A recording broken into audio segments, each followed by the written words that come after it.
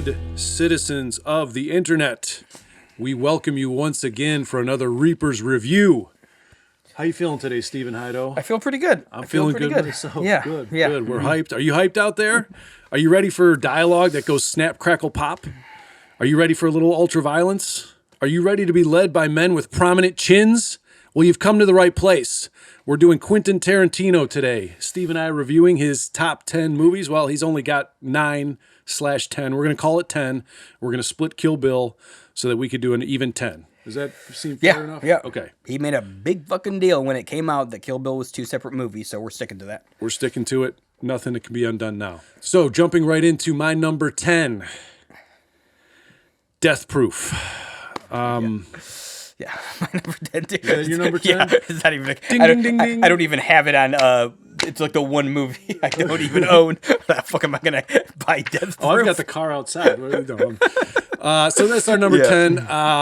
What's going on here? I mean, obviously, I don't want to start off on too critical a note because we're going to get into some really great films that we love. Just throw it out of here.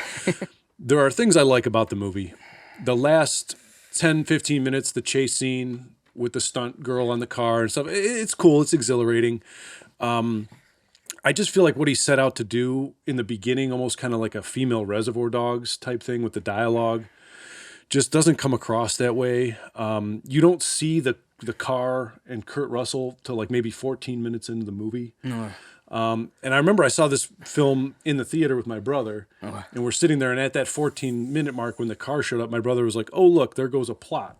And then he kind of goes away, and you still don't kind of like get anything going yet. That scene around the table just seems like somebody badly imitating Reservoir. Tarantino.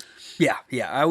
I was stunned when the movie came out, when Grindhouse came out, and walking out of the movie, you were like, wow, like Rodriguez, who I don't think is that good, just like whipped Tarantino's ass. Oh, as far as the two of them. Yes. Yeah, that's right. Yeah, That was like the Planet format. Terror is way better. To me, as Yeah. the kids say, he got the assignment. I don't know what the hell QT was trying to do. I really don't. Okay. I was just like, dude, that was just not... That was your own thing. That was not paying attention to, I would the agree. Grindhouse. 100%. I'm sure he would be able to defend it and be like, no, it wasn't. Yeah. Planet Terror is what we wanted. And I think he knew that. I think he knew this is going to be my one time to just give people a movie they don't want. All right, that was our number 10. Moving on to my number 9, Kill Bill 1. Kill Bill Volume 1. Interesting. Yeah, there are great performances. I always like Uma Thurman. There are certain Tarantino things about the film that I enjoy. You know, you get kind of the juxtaposition of like violence and the mundane, like when the women are fighting and then the girl gets off the school bus and they've kind of got to deal with that. You know, you get those little moments that Tarantino's really good at. But ultimately, the movie ends with her fighting like 50 ninjas in a room and everyone has a sword. Kill Bill Volume 1, my number 9. Okay. Interesting. My number 9 is Volume 2. Okay. It's Volume 2. The whole conceit of Kill Bill was just so disingenuous. Like when he was in the press saying like, oh man, the movie's so big, it's split into 2. Oh gee, what can I do? It's like, dude, you wrote a fucking 250-page script. Did you think that's how long the movie was going to be? He's not exactly a guy who just plays it on set. Yeah. His scripts are very specific. He knew exactly what he was doing. Yeah, this one was lower in terms of splitting the 2 in half. This one has the sandwich scene, which is one of my least favorite scenes in the history of cinema. When he makes that sandwich, oh my god, I fucking hate that scene. With the big butcher's knife. Yes. Like, you can tell how cute they thought that was, and I just hate that scene. Jumping right into my number 8, Kill Bill 2. We've already been in the Kill Bill zone here. I'll just say the main difference between the two, or the reason why I put 2 higher, is yes, there's a lot I don't like about the end of Kill Bill 2 with the sandwich and him just kind of talking a lot, and that's really all I need to say. Kill Bill 2 is my number 8. yeah. I don't love any of the casting. He's usually so good at casting. Yeah. None of the casting. I don't know. Daryl Hannah, like she was supposed to be funny, and like I don't know. Yeah, it wasn't doing it for you. I feel he just could have done a redo. I mean, Thurman's. I mean, she owns it, but yeah. So my number 8. Like I respect the impact that it had on us as like guys of a certain age and as a country, and it like definitely set the path for him to do amazing things. But yeah, I cannot watch Reservoir Dogs at this point in my life. No, okay, Yeah, wow. yeah. Like if you said let's watch that, I would just like make an excuse of why I can't watch that. Like I don't think I'm ever gonna watch it again, which is weird. It's a weird thing to say. Interesting. At number 8, I like it. I don't want to add too much right now. Okay. Here's the thing with Tarantino. He's only got 10 movies, so you know you're going to run into all of them, right? There's none that are going to be left off the list here. So with that being number 8, I'm jumping to number 7. Okay. Number 7 for me, Inglourious Bastards. It's just you're asking me to believe this huge monumental event is reversed in history, but honestly, every time Pitt's on the screen in this movie, it feels kind of like a cartoon. I kind of get taken out of it. And just kind of left me feeling not nearly as influenced, I guess, by the film and into it as I was years ago when I saw it in the theater. And the frustrating thing about that is I think with Pitt, there was a way to do that differently and to do it right, whatever that I means. think so. You know? It's not that far off. Yeah. Like I don't think with Tarantino and Pitt both on the set and he's playing a Nazi hunter, there was a way to do that would be really good. Yeah. I think so. My number 7, this one won the battle because I just think the setup is more interesting than the payoff. Okay. Kill Bill Volume 1. I do think you mentioned the Vivica Fox fight. I think that's that's probably the time he got the tone of what he was going for the best in that series. Right early on. Yeah. Mm-hmm. It was 2 women against each other. It was like, it was a little silly, but it's like, it could sort of happen. Yeah. So I didn't get it. Like, again, like maybe it's on me that I can't get into the wavelength or that I don't get the Chopsaki vibe. I'm not somebody who's like that one with Sonny Chiba in 1974. Yeah. That's not a subgenre that I've spent a lot of time devoting myself to. So it's on me that I don't get it, but man, do I not get that movie. Yeah. Sweet. My number 6, Hateful Eight. So your number 6, this is where it kicks in. This is where it kicks in. Okay. I really like the movie. Okay. I think the performances are great. I think Tarantino's back to just kind of doing what he does best and relying on his characters and great dialogue. And it's an interesting kind of whodunit. It's like Clue in a haberdashery kind of thing.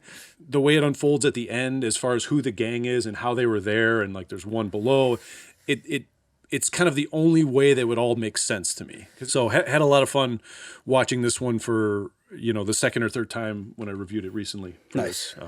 Okay. Hateful Eight at number 6. Nice.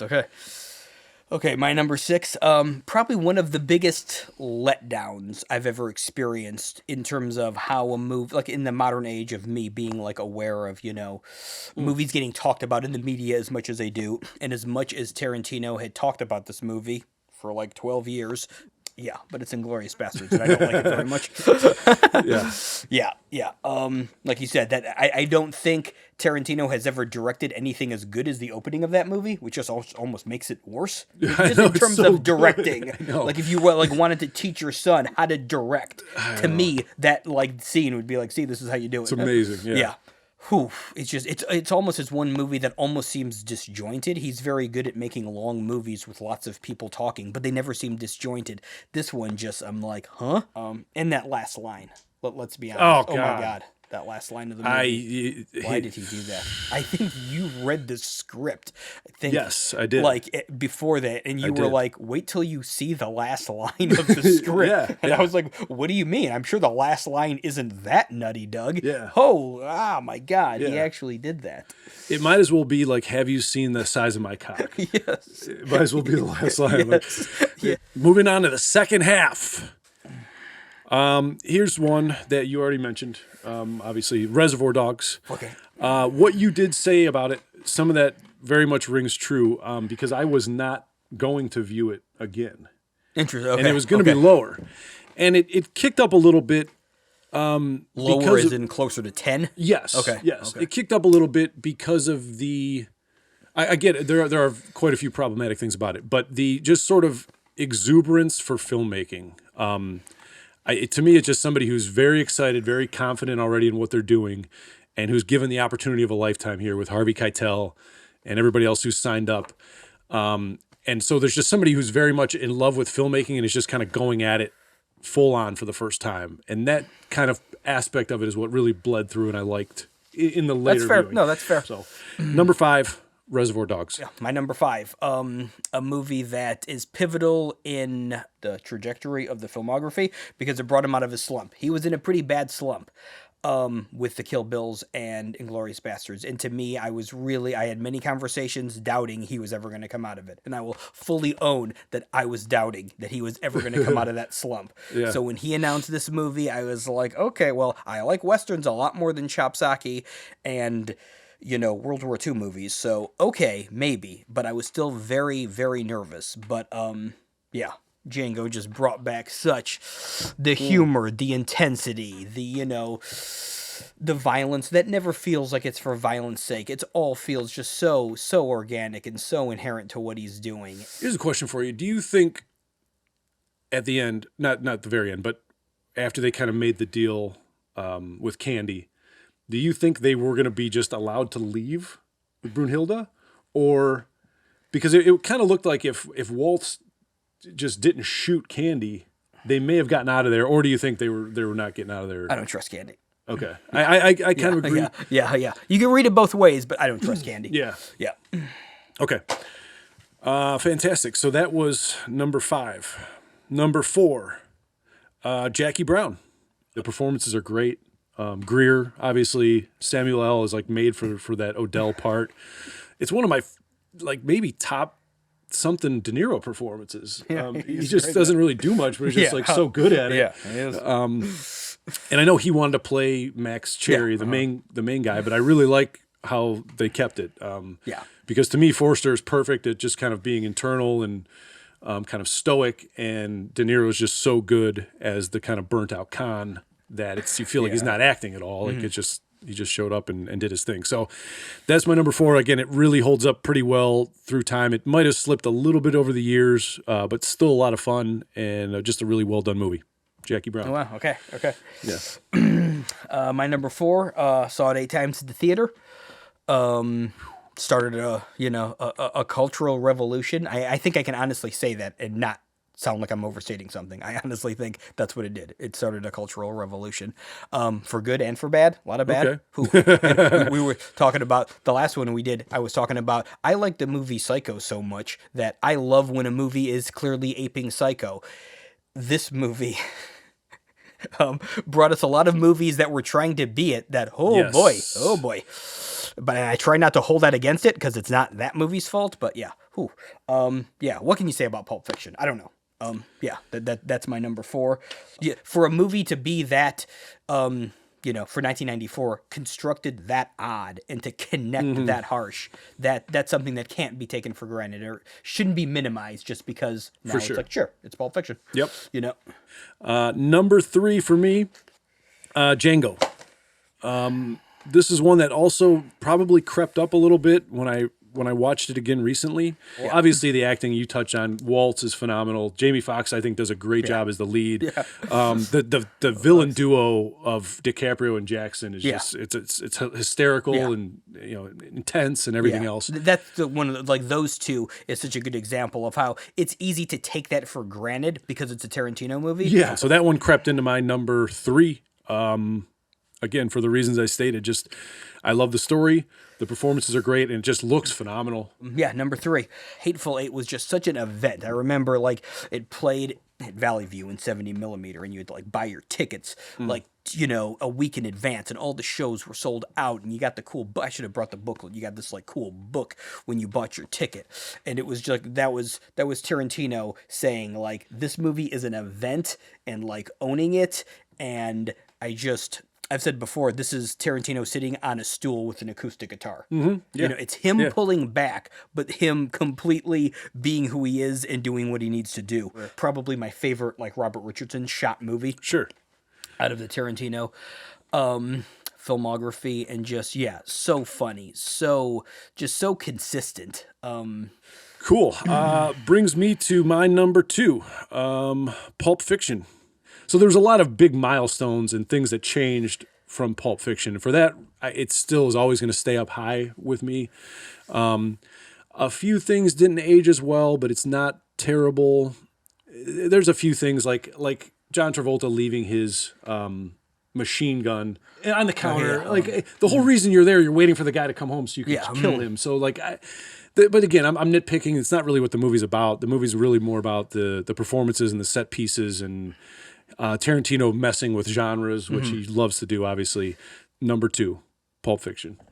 I find very validating. I feel like maybe I've wasted too much of my life watching movies and reading about movies, but when I watch Once Upon a Time, I'm like, okay, good, because I get like when Cliff comes home and the 2 movies playing on the drive-in are Lady in Cement and Pretty Poison. I'm like, I like those 2 movies. When when Kurt Russell says like, look, kid, this ain't an Andy McLaughlin movie. I get why that line is so smart and why he didn't say John Ford.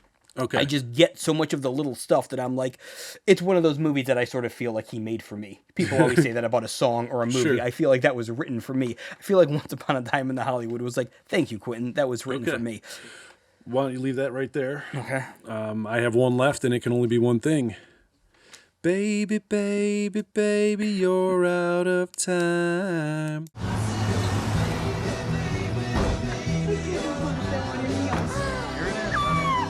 I never thought Pulp Fiction for me would be nudged out of number 1. Okay, yeah. And he did it with this one for me because this film just has a bigger heart. Pitt in this movie, I kind of gave him a hard time for Inglourious Bastards. I think he's great in this. DiCaprio kills it. Yeah. That's my Rick Dalton ripoff look here. I was hoping to get a yellow turtleneck. I thought you could just go into a mall in 2022 and just buy a turtleneck. It's not a thing. So order them online beforehand if you're looking to do that. But yeah, just a lot of fun. The movie's great every time I rewatch it. There's more things I'll pick up on, but it never lessens the experience. It's just fun, funny, like you said. And then a little Tarantino detail. This is the type of details I love about Tarantino. But that the scene where Pitt's feeding his dog in the shitty trailer or whatever. Yeah, does it. It's classic Tarantino where you're mesmerized. You don't even really know why, but you're into it. And you got the scene where the dog food slops out of the thing, and it's just like the sound and everything is so visceral. But it's not just for that. That sets up when he concaves the lady's face with the can at the end of the movie, how heavy these things are. So to me, that is a the devil's in the details, and Tarantino is great with his details, and that to me is a perfect Tarantino detail, like just a small thing, just like plop, plop, and then just later on, just boom. Yeah, setup you don't notice is setup. Yeah. But then when that thing hits her face, like you're like, ooh, that's gonna really do some damage. Yeah. So that is my number 1, Once Upon a Time in Hollywood. Gotcha. Okay, my number 1. You mentioned heart. Man, this movie, Tarantino is obviously very good at writing characters. They always seem a little extended from reality. Like I said, when most of them die, it's like, well, that was kind of neat that guy died, but I'm not going to be like crying about it. This movie has such heart. The characters are so humane. And this movie has just grown on me in such the opposite direction.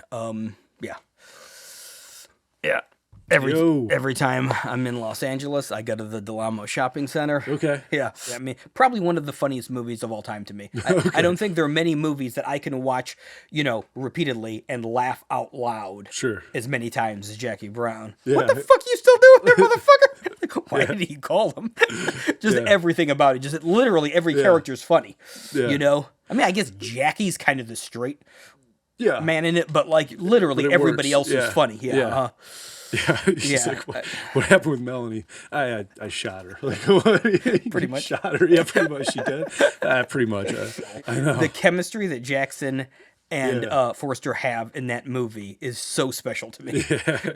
Every scene in that office when they're together, it's just I can't overstate how special that chemistry is to me. It's great. Yeah, and how much Tarantino, how much credit he deserves for getting this script, these 2 people.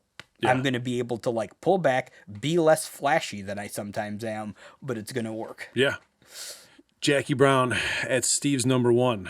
So there you have it. Our top 10, well, all 10, all 9, all 10, all 9 Quentin Tarantino movies ranked by what they mean to us. Is he finished? I don't know. He certainly likes talking about being retired. I don't know. We'll see. Yeah, I don't think so. Yeah. But I'm very fascinated to see what comes along next. Yeah. it's Hopefully gonna not Kill be Bill interesting. 3. Yeah, Kill Bill Please 3. don't make that be your last one. Oh, Jesus. Kill Bill 3. Yeah. She's going to fight 150 people with a sword now. Yeah, well, Stephen Hido, thank you again No problem, for joining us. Thank you out there for joining. This is the second Reaper's Review. We will be doing more content in the future. Check out Reaper's Moon Productions. And like I said, Doug Turner signing off with Stephen Hido.